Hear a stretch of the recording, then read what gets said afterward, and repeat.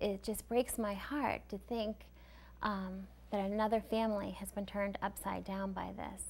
And I know firsthand, going through it 2 times, what that's like. And I don't know, I feel like maybe that's the reason why I'm here, is to help other people. It's that spirit that keeps Karen Cloutier going, and it's the reason her friends nominated her for the Meredith Burgess Spirit of Life Award. She was always a very optimistic person, but since her diagnosis was stage 4 breast cancer just before her 36th birthday in 2004, she has become even more so. An amazing feat for someone facing the treatments that were in her future.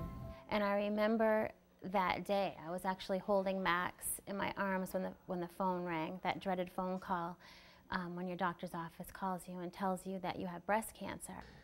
You know, she handled it really aggressively. You know, she did not want to mess around. She wanted to do everything she possibly could to reduce the risk of, you know, any cancer coming back.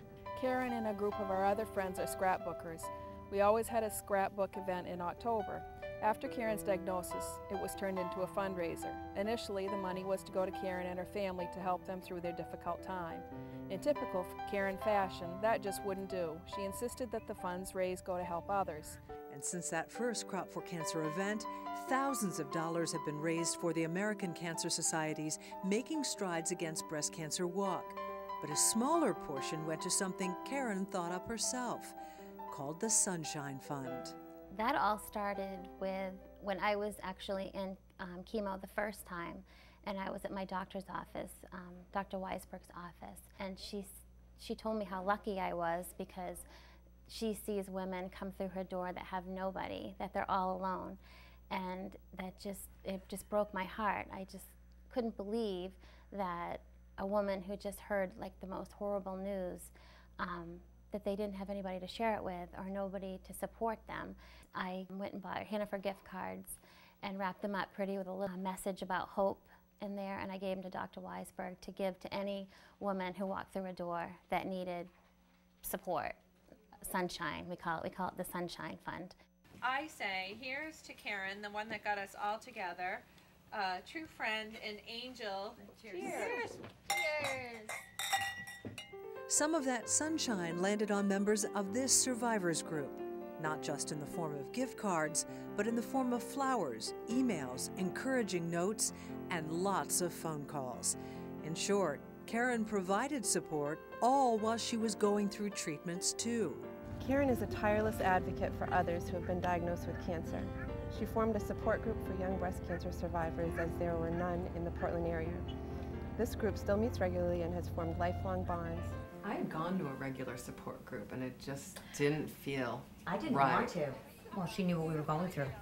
I mean, she'd had the experience. And she would call me and say, okay, you know, I just got home from the hospital, and she would call me when she was like, still had her drains in, and she still, you know, hadn't taken a shower for like 3 weeks or something, and she would still talk to me on the phone for hours, and because I was still rehashing everything that was going to go on. So I got in touch with her, and we started emailing at first for a couple months. My last day of chemo, she sent me a dozen roses in my chemo room, and it was just a really great way to end an awful time. So she was just really supportive and great throughout the time. Any one of these women would be there for you in a heartbeat. You can email them, you could call them on the phone, and that's a reflection of Karen. The group has lost one member, Jean Casey. Jean and I were both diagnosed stage 2 around the same time, and we both were diagnosed stage 4 around the same time.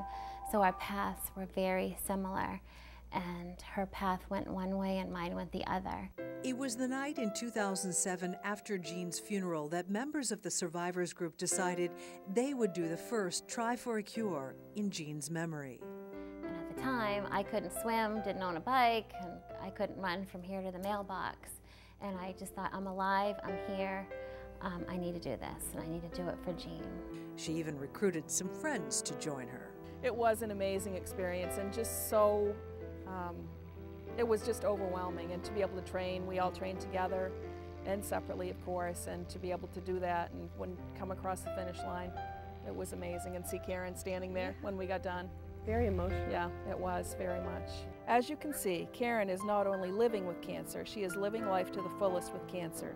She wakes up every day embracing everything that life has to offer. She takes advantage of every opportunity that presents itself and kicks cancer's ass daily. I don't know, you always have to have hope, and I just hope that cancer is eradicated in my lifetime. I want it to be gone. I don't want my children, who already have been through it enough, who know more about cancer than I did at the age of 36. I want them to live in a world that is cancer-free.